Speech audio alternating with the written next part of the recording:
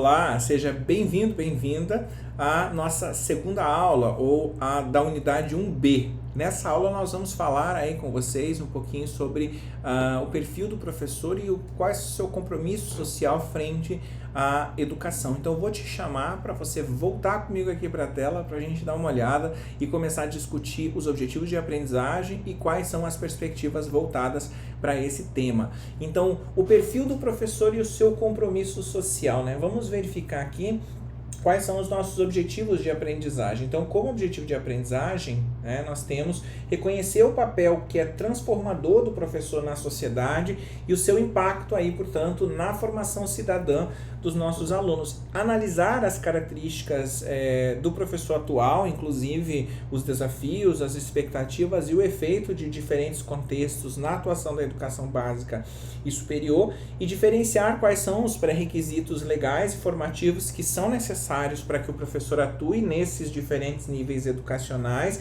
e a importância do desenvolvimento profissional contínuo desses professores. Avaliar as habilidades pedagógicas e as características pessoais que contribuem para o sucesso da carreira docente. Ou seja, a gente vai falar sobre as questões pedagógicas, mas também relacionar as características pessoais que deveriam, ser desenvolvidas pelo professor para que ele possa ter sucesso dentro do contexto da carreira docente, enfatizando nos processos de planejamento, os métodos de ensino, avaliação e na psicologia da aprendizagem que ele precisa desenvolver.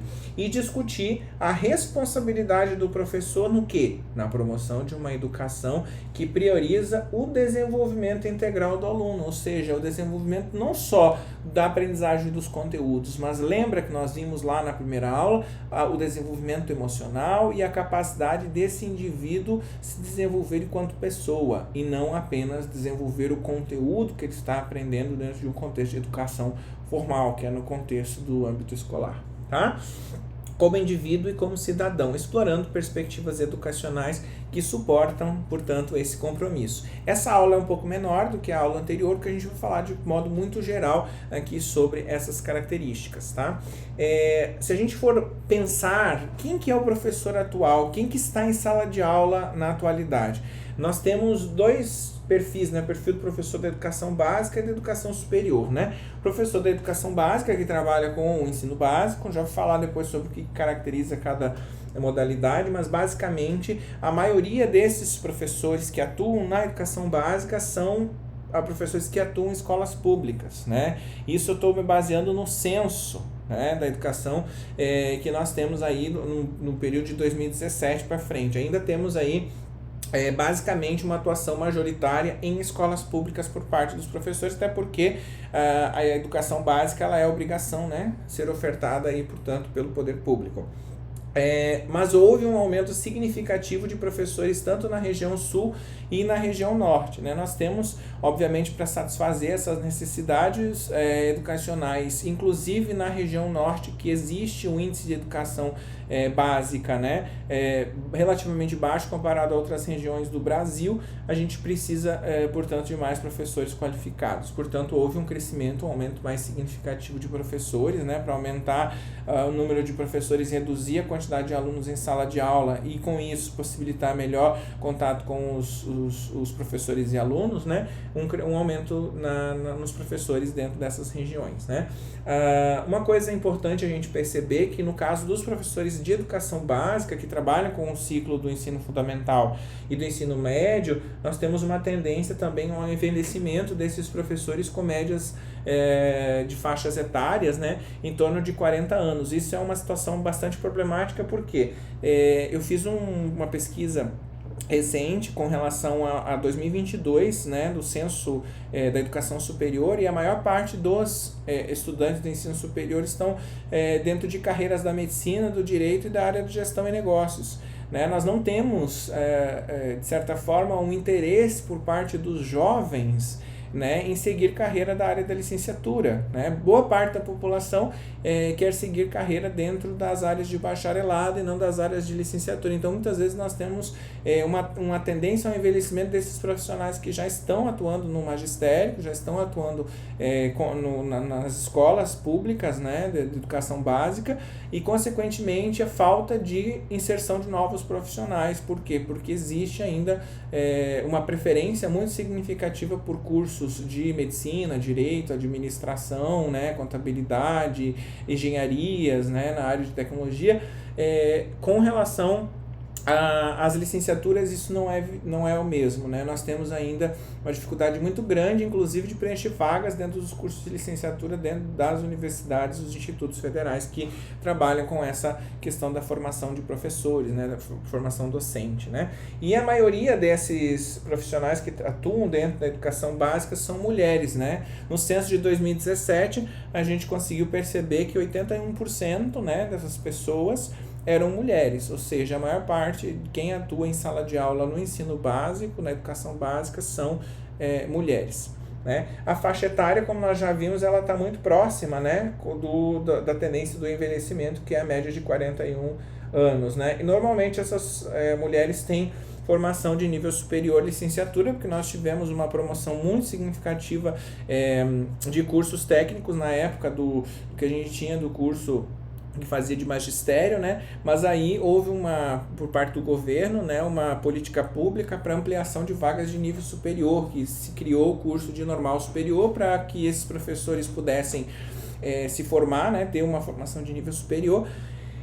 Mas o que acontece atualmente? Nós temos ainda muitos professores que atuam em disciplinas que não são da formação específica deles, né? E que esse ainda é um gargalo que nós temos dentro da educação brasileira, que é o professor, por exemplo, de física dando aula de química, porque não tem professor formado na área de química, né? Ou professor de matemática dando aula de física, né? E aí a gente tem, portanto, aí uma relação que precisa ainda ser superada. Inclusive, existem programas, né, do governo federal que são geridos pela própria CAPES, um desses que vocês estão fazendo, que é a licenciatura aqui pela Universidade Aberta do Brasil, mas nós temos para formação de professores em segunda licenciatura, né? Para professores que já tenham uma formação, mas que queiram fazer em outra área, porque atuam em outra área dentro do contexto da escola em que exercem a atividade docente, né? Já no nível superior nós temos uma diferença, né? Quem que é o professor de nível superior? A maioria, né, das instituições, elas são instituições privadas, tá? 87,9% das instituições são instituições privadas de nível superior, ou seja, algo que uma massificação muito grande do ensino superior no nosso país, e algo que eu chamo de um processo de mercantilização, né? Que é vender educação como se fosse mercadoria. Infelizmente nós temos ainda no Brasil uma tendência, principalmente depois dessa ampliação e dessa facilitação por parte do governo do acesso às universidades privadas e faculdades privadas na oferta de educação superior no nosso país, já que a educação pública superior não conseguia, né, atingir toda a demanda da população. O que a gente percebe? O vínculo docente, os homens, né, eles predominam tanto em instituições públicas quanto em instituições privadas, né? Mas há uma diferença quando nós falamos em universidades públicas e privadas quanto à titulação dos professores, né?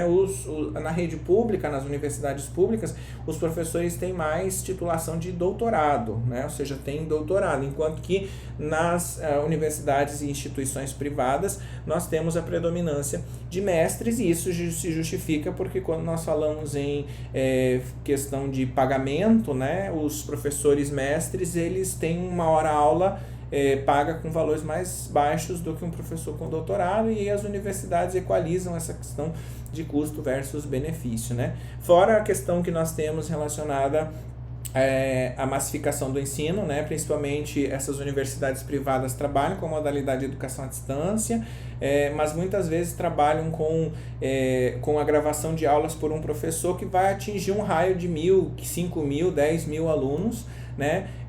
E portanto trabalha-se aí com uma relação de custo versus benefício. O custo de produção de uma aula é infinitamente inferior nessas universidades privadas que trabalham aí, portanto, com um contexto de matrícula de cursos EAD em um formato mais padronizado de educação, um pouco diferente das universidades públicas, né, que trabalham com turmas mais específicas, né, com numeração ou quantitativo muito menor. Quais são os requisitos, se a gente for pontuar aqui, né, quais são os requisitos legais, o que é obrigatório para que a gente possa exercer aí a docência dentro do nosso país, né? A gente considera educação básica, né, a gente chama de educação básica, mas a gente tem a educação infantil, que é a educação pré-escolar, que a gente chama, né? Mas a educação básica até o 5º ano, ela para que você possa atuar nesse nível, você precisa ter formação na área de pedagogia, porque você vai trabalhar com as disciplinas de forma generalista, né? Ou seja, você vai trabalhar com a formação, a aprendizagem desse aluno em uma etapa mais inicial, né, desse processo. Enquanto que no ensino fundamental e médio, quando a gente fala ensino fundamental, séries finais, tá? Que nesse caso também é conhecido como ensino fundamental, séries finais, do 6º ao 9º ano, e do 1º ao 5º ano é conhecido como ensino fundamental, séries iniciais, tá? No caso do ensino fundamental e do ensino médio, obrigatoriamente o professor tem que ter licenciatura na área de atuação dele. Vou trabalhar com química, então tem que ter licenciatura em química. Vou trabalhar com física, tem que ter licenciatura em física. Mas muitas vezes as escolas, como eu já falei, não tem, né? O professor para aquela disciplina e pede para o professor de física assumir as aulas de química, né? Ou o professor de matemática assumir as aulas de física. E acontece muito disso, por quê? Porque infelizmente não tem professor para todas as escolas, e aí muitas vezes o poder público não abre concursos públicos, muitas vezes só abre vagas para temporários, aí muda a gestão, saem todos os contratados e aí tem que fazer novo processo de seleção de novo, né? Enfim, para ensino fundamental e ensino médio é obrigatória a licenciatura. No ensino superior, se você quer dar aula para faculdade, universidade, tem que ter no mínimo pós-graduação lato sensu. Lato sensu é especialização, tá? E stricto sensu é mestrado e doutorado, tá? Mas a exigência para ser professor de ensino superior é ter pelo menos uma pós-graduação na área de especialização, uma especialização em alguma área do conhecimento, tá? Não é necessário mestrado, doutorado, apesar de ser normalmente preferido, né, professores com mestrado e doutorado, tá certo? Só para vocês conhecerem esses requisitos, né, mais gerais. Então, quando a gente fala em requisitos, vocês viram que a gente falou aqui sobre os requisitos legais, né? O que a legislação ela estabelece. Mas quais seriam os requisitos mais pessoais, básicos, que todo professor poderia ou deveria desenvolver para poder exercer, né, digamos assim, a sua profissão com mais zelo e com mais eficiência e eficácia? A gente tem algumas características que estão relacionadas à questão física e fisiológica. Um professor ele tem que ter capacidade de auditiva boa, ou seja, ele tem que ter capacidade de ouvir, né, e tal, bem, e também de visualizar, né? Claro que existem situações específicas, né? Mas a capacidade de ouvir principalmente os alunos e visualizar e ver quais são as características, o que ele está precisando, identificar a partir da visualização as necessidades é, portanto, fundamental, né? Capacidade funcional do sistema respiratório, né, que está ligado à capacidade de poder projetar a voz, né, e conseguir falar usando o seu sistema respiratório, a capacidade de clareza vocal, ou seja, conseguir se expressar através da voz de forma clara, e principalmente resistência à fadiga, né? Ou seja, porque muitas vezes o professor está ministrando a disciplina várias vezes para várias turmas diferentes, né? E consequentemente precisa, portanto, resistir fisicamente para poder dar conta do trabalho, né? Características psicotemperamentais, né? Quando a gente fala físicas e fisiológicas, a gente está falando de características que acontecem com o corpo, né? Quando a gente fala de psicotemperamentais, nós estamos falando de características psicológicas, né? Que estão relacionadas à capacidade dele perceber, ter atenção em todos os lugares, de forma a perceber quando está acontecendo alguma situação, autoconfiança, né? Confiar naquilo que faz, e principalmente ter confiança em si enquanto educador, enquanto facilitador do processo de aprendizagem, cooperação, saber desenvolver metodologias e trabalhar de forma cooperativa com outras pessoas, inclusive com os próprios alunos, ter disciplina, que está relacionado à capacidade, né, de se organizar, né, e ter, portanto, regularidade naquilo que faz, estabilidade emocional, né, não se abalar de forma tão fácil, né, portanto, ser uma pessoa que tenha condições de manter, né, aí, portanto, um psicológico, digamos, sadio, iniciativa, ou seja, de não ficar esperando as coisas acontecerem, mas ter iniciativa para poder aí tomar frente de determinadas situações, para que a escola se desenvolva, para que os seus alunos possam se dar melhor e possam ter um processo de aprendizagem mais significativo.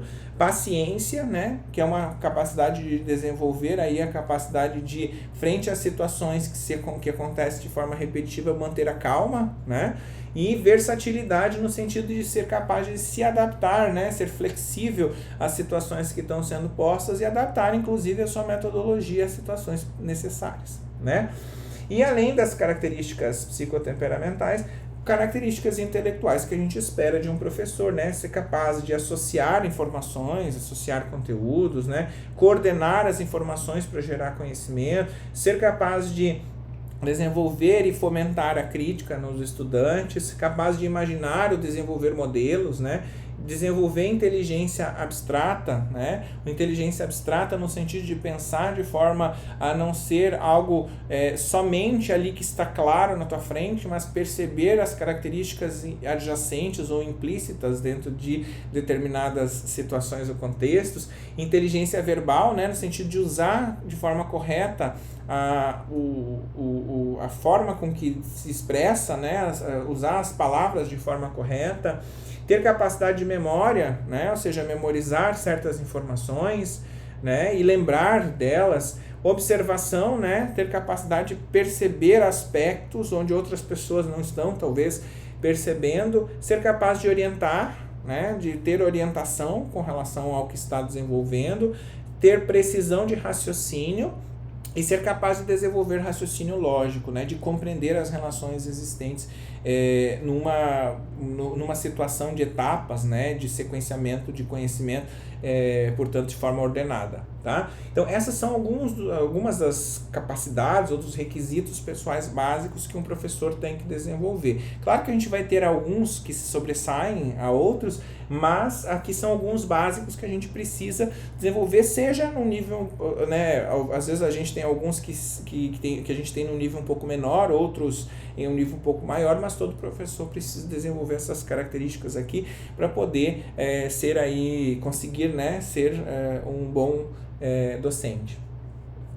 Além dos requisitos que nós temos, que são requisitos pessoais, a gente já falou sobre requisitos legais, falamos aí, portanto, sobre os requisitos pessoais, a gente tem alguns requisitos que são considerados requisitos técnicos. Tá? O que são requisitos técnicos? São os requisitos da área técnica na qual o professor tem conhecimento, né?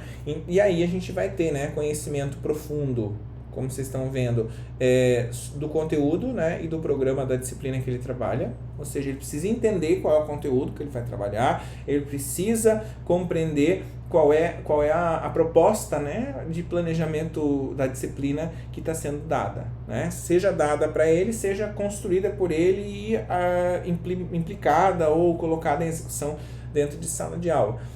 E habilidades pedagógicas, né? Saber planejar o ensino, né? Saber planejar as aulas que ele vai ministrar, saber planejar a disciplina que ele vai trabalhar, né? Saber definir quais são os métodos de ensino que vão ser mais eficazes para atingir o aluno, né? Como que o aluno vai aprender melhor, identificar esses métodos, ter capacidade de desenvolver características do comportamento, né, da psicologia da aprendizagem, entender como que esses estudantes estão aprendendo, o que pode melhorar, quais são se os comportamentos desses estudantes estão se refletindo na aprendizagem dele ou fazem com que esse estudante não aprenda por algum desses motivos, né? Então, compreender os comportamentos e como que esses comportamentos influenciam na aprendizagem é fundamental também que um professor consiga desenvolver e também desenvolver técnicas de avaliação, de como avaliar o processo de aprendizagem, né? E não simplesmente avaliar só de uma forma, né? Mas usar diferentes técnicas de avaliação que fomentem ou que facilitem esse processo de aprendizagem. Não só, depois nós vamos falar sobre isso numa divisão da unidade, da última unidade, que fala sobre a avaliação do processo de aprendizagem, né, de ensino-aprendizagem, mas uma avaliação não somente somativa, né, somativa no sentido de somar as notas, né, e aí dividir e encontrar a média, mas sim existem outras metodologias técnicas que nós usamos para avaliar os alunos que não precisam ser só nessa perspectiva numérica que muitas vezes a gente está acostumado a trabalhar, tá certo? Que mais que nós temos aqui? Compromisso social do professor. Aqui é importante que você, como professor, perceba que você desenvolve uma atividade que tem um compromisso social. Afinal de contas, você está trabalhando com pessoas que conduzirão a sociedade no futuro, né? Então, nós precisamos refletir sobre o nosso papel social que a educação possui, né? Precisamos reconhecer a importância de considerar o contexto histórico e os fenômenos sociais mais amplos quando nós abordamos questões educacionais, né? A gente toda educação, né, ela tem um contexto. Toda educação podem dizer ou falar, como a gente comentou numa abordagem mais tradicional, uma neutralidade, né, científica, mas quando nós falamos em educação, eu sempre gosto de uma frase que eu digo que a educação ela é intencional, ela sempre tem uma intenção. Então, quando nós vamos ensinar, né, e vamos trabalhar um processo de ensino-aprendizagem, nós temos uma intenção com aquilo, né? Então a educação ela não é neutra, né? Ela necessita dessa intenção e consequentemente nós precisamos considerar os fenômenos históricos, os fenômenos sociais, as características do contexto no qual nós estamos vivendo quando nós ensinamos, né? E não ensinar só pela neutralidade e considerando que esse aluno não vai se tornar um aluno que seja com aprendizagem crítica ou senso crítico, né? Outra coisa, as instituições educacionais, elas refletem as características e as contradições que existem dentro da sociedade na qual estão inseridas, que foi o que eu acabei de falar, né? Essa perspectiva sociocultural que nós vimos antes, acerca de Paulo Freire, ela está muito presente aqui, né? A gente precisa perceber que o que nós vivemos é um espelhamento das características sociais nas quais a gente está inserido, inclusive com as características e contradições existentes dentro da sociedade a nível, né, do opressor e do oprimido. Como nós já vimos, né, quem é da classe dominante, quem é da classe operária, da classe trabalhadora, e como que a gente pode superar essas situações. É importante discutir e principalmente considerar esses âmbitos dentro da escola também. E considerar, né, doutrinas pedagógicas e valores sociais. Algumas doutrinas pedagógicas reforçam valores sociais dominantes, enquanto outros promovem mudanças para ajustar a sociedade a novas realidades. Então a gente precisa considerar essas doutrinas pedagógicas e esses valores sociais no momento em que nós estamos trabalhando em ensino-aprendizagem, né? Nós temos um compromisso social de mostrar para o nosso aluno que existem essas doutrinas, esses valores sociais dominantes, e depois ele vai fazer o julgamento que ele julgar pertinente com relação a isso, mas ele precisa conhecer que existe e principalmente ele precisa compreender, né, como que essa sociedade dominante trabalha no sentido de manter o seu poder e manter a sua hegemonia dentro da sociedade ou sobre essa classe que é dominada, né? Então é importante que haja essa concepção e principalmente que esses alunos consigam compreender isso, né? E é um compromisso nosso social de não só trabalhar no nosso conteúdo, mas também de fazer essa reflexão sobre o papel social da educação, sobre as características sociais. Enquanto instituição, nós temos características e evidenciamos a partir da forma com que estudamos, como fazemos a exposição do conteúdo, como facilitamos o processo de aprendizagem e como construímos planos de ensino e planos de disciplina, as características sociais que nós temos dentro da sociedade. E também a existência, né, dessas contradições sociais que precisam ficar claras, principalmente com relação a entender quais são as doutrinas e quais são os valores sociais que existem dentro da sociedade e como que a gente consegue superar esses valores que muitas vezes são valores dominantes dentro da sociedade, tá?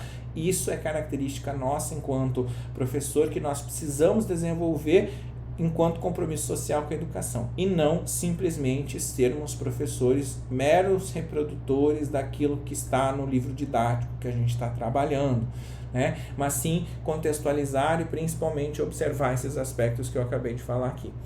E para a gente finalizar, a gente precisa compreender dentro dessas três, a gente trouxe várias abordagens lá para você na aula anterior, Mas aqui a gente dividiu basicamente em 3 perspectivas, que são as divisões mais tradicionais, ou divisão mais tradicional ou clássica, a perspectiva mais humana e essa perspectiva mais moderna que nós temos hoje, portanto, de educação. E como que nosso compromisso como professores precisa ser desenvolvido considerando essas 3 perspectivas, né? O que nós tínhamos na perspectiva mais clássica, né? Os alunos eram os que se adaptavam aos objetivos da escola, né? Ou seja, os alunos se adaptavam ao contexto, à forma com que a escola preparava o conteúdo e aplicava o conteúdo com eles. Afinal de contas, era uma educação bancária, onde o professor falava e você ouvia, né? Já nessa perspectiva mais humanista, né? Um professor mais humanista, ele olha para a adaptabilidade da escola às necessidades dos alunos e percebe quais essas necessidades e como que isso precisa ser trabalhado em sala de aula. E na perspectiva mais moderna, observando essa adaptabilidade, a gente pensa no crescimento, né, do aluno como indivíduo também, né? Ou seja, ele quanto indivíduo, enquanto capacidade que ele vai precisar desenvolver para ser um ser social, para ser um ser coletivo, que vai viver em sociedade, que vai ser um cidadão, a gente precisa perceber que o crescimento que ele precisa ter não é só um crescimento intelectual, mas sim um crescimento a nível das inter-relações que ele tem, né? Então, essa perspectiva mais moderna trabalha esse crescimento, né? Lá na perspectiva mais clássica, a gente tinha o quê? Tinha aquele professor que era baseado na autocracia, ele tinha poder ilimitado dentro da sala de aula, inclusive muitas pessoas que estão na faixa agora dos 50, 60 anos lembram da palmatória, onde o professor batia na mão do estudante se porventura, né, era uma forma de punição por alguma situação de falta de respeito que acontecia dentro da sala de aula, né? Então, o que acontece? O professor tinha poder ilimitado dentro da sala de aula, né? Hoje em dia, né, com relação a essa perspectiva mais humanista, a gente tem um processo de cooperação entre o aluno e o professor, né?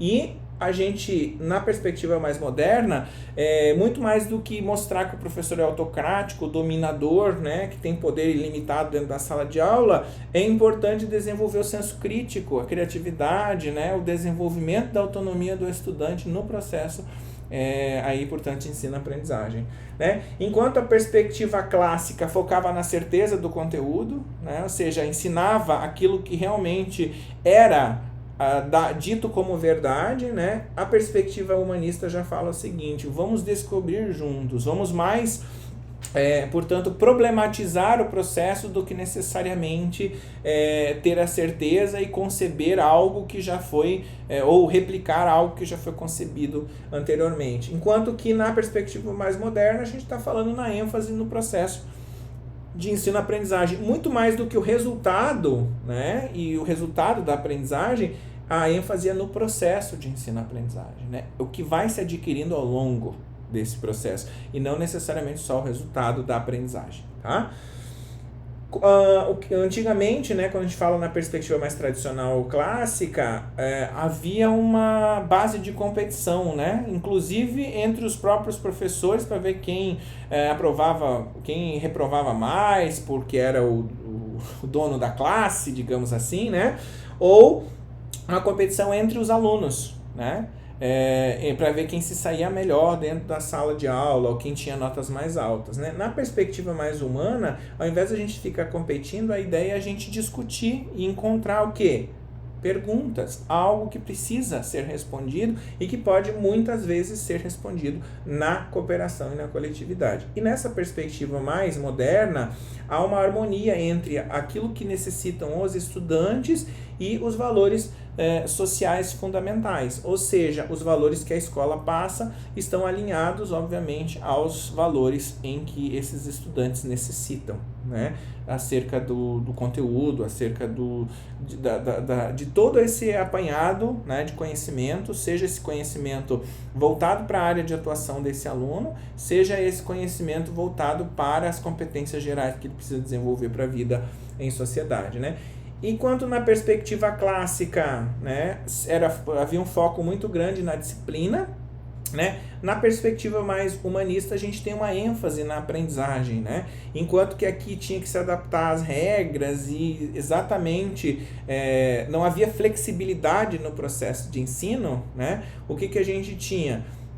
muitos professores que davam o conteúdo exatamente da forma com que eles queriam e o aluno tinha que absorver esse conteúdo, como nós já falamos, e reproduzir esse conteúdo. Já na perspectiva humanista, a ênfase é na aprendizagem. O aluno que é o protagonista, é ele que vai desenvolver o conhecimento a partir da facilitação e da mediação dada pelo professor, né? E na perspectiva moderna, muito mais do que só deixar o aluno como protagonista para ele resolver os problemas das situações dadas pelo professor em sala de aula, o aluno tem que ser capaz, e o professor também, de orientar para quê? Para que haja solução de problemas reais, problemas que vão estar relacionados com o contexto de aprendizagem em que o aluno se insere na sociedade, né? Ou seja, pegar conteúdos e relacionar esse conteúdo com as experiências vividas por eles, né? Aqui na perspectiva mais clássica, a ênfase era no ensino. Na perspectiva humanista, a gente tem o quê? Uma educação mais libertadora, né? Que dá mais liberdade para o estudante participar e principalmente conceber, né, o seu processo de aprendizagem. E há, no caso da perspectiva mais moderna, a participação desse estudante. Ele não é um sujeito simplesmente que absorve conhecimentos, mas participa na construção dele, né? Enquanto que, na perspectiva clássica, a orientação era para o conteúdo que o professor ia transmitir, no caso da perspectiva mais humana, era a orientação para o método, ou seja, para a forma com que esse conteúdo era transmitido e como que esse conteúdo era absorvido ou principalmente mediado, né, por parte do aluno para que ele pudesse construí-lo.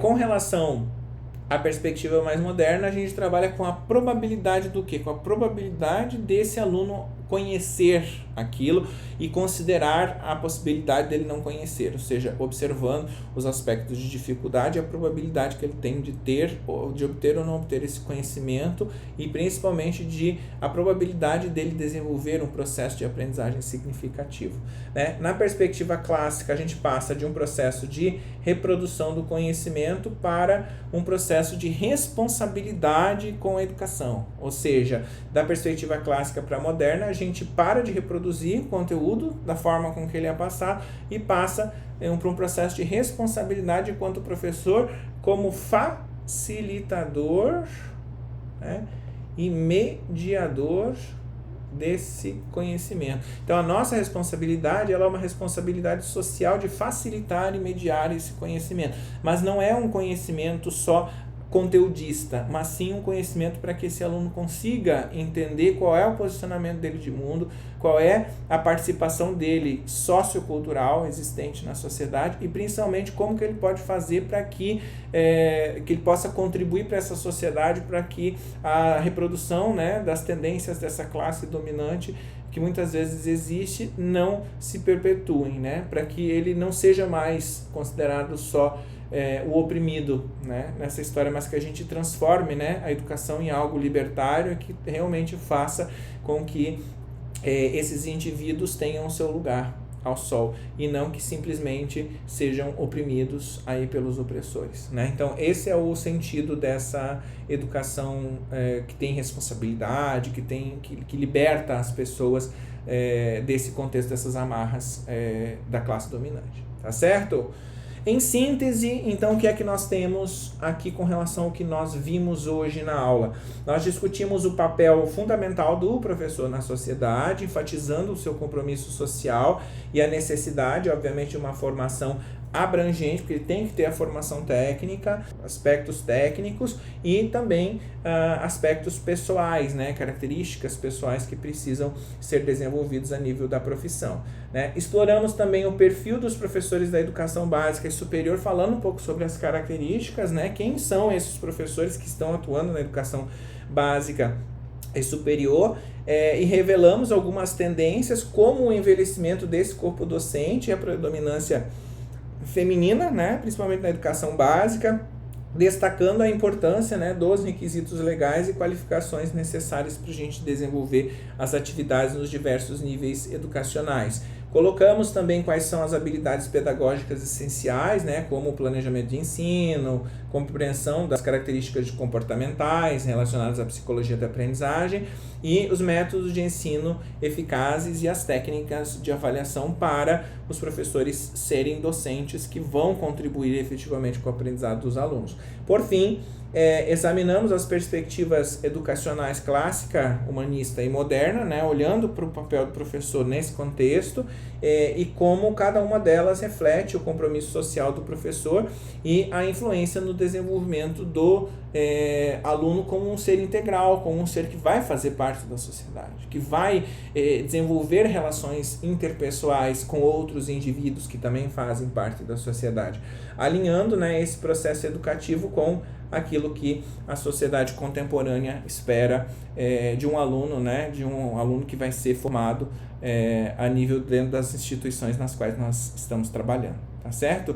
Então, gente, vejam bem, aqui é muito importante, né, que a gente consiga perceber o nosso papel social, muito mais do que reprodutores, né, de conteúdo em sala de aula, muito mais do que transmissores de conhecimento. Nós precisamos desenvolver, né, dentro desses estudantes uma percepção, né, de que eles são seres sociais e que eles precisam ter capacidade crítica de perceber como que a sociedade, como que a cultura se estabelece e a partir disso tomar posicionamentos, né? Posicionamentos que não sejam baseados em nada, mas sim posicionamentos que sejam baseados na criticidade como parte da sociedade na qual eles estão inseridos. E enquanto escola nós temos esse compromisso social, enquanto educadores temos esse compromisso social, né? Então, muito mais do que transmissores de conhecimentos, precisamos obviamente olhar para essas características e traduzir isso para os alunos, que eles precisam ter capacidade depois de decidir, né, como que eles vão atuar dentro da sociedade na qual fazem parte. Basicamente, essa segunda aula, que é sobre a unidade 1 ainda, mas a parte B, né, da unidade, é isso. Eu vou ver vocês novamente na próxima aula. Espero que tenham gostado dessa nossa abordagem. Não deixem de fazer a leitura do texto base relacionado a isso, né, para que vocês possam aí desenvolver ainda mais o conhecimento que foi trabalhado de forma sintetizada ou resumida aqui nessa aula. Então, vejo você na próxima aula. Um grande abraço, até a próxima.